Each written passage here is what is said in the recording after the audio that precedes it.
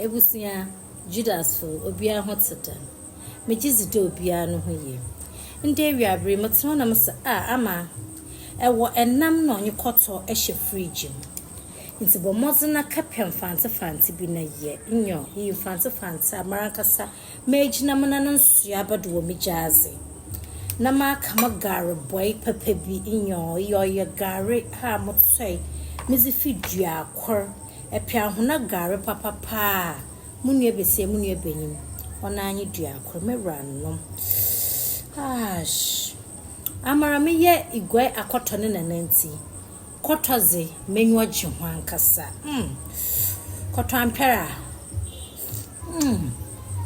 mo mun kuma pepe bi hwe mindat na okonado mewra no abrochifu mpo na oyimpo ana musuma sagano fu okonado na wa abrochi nyi so betse wodan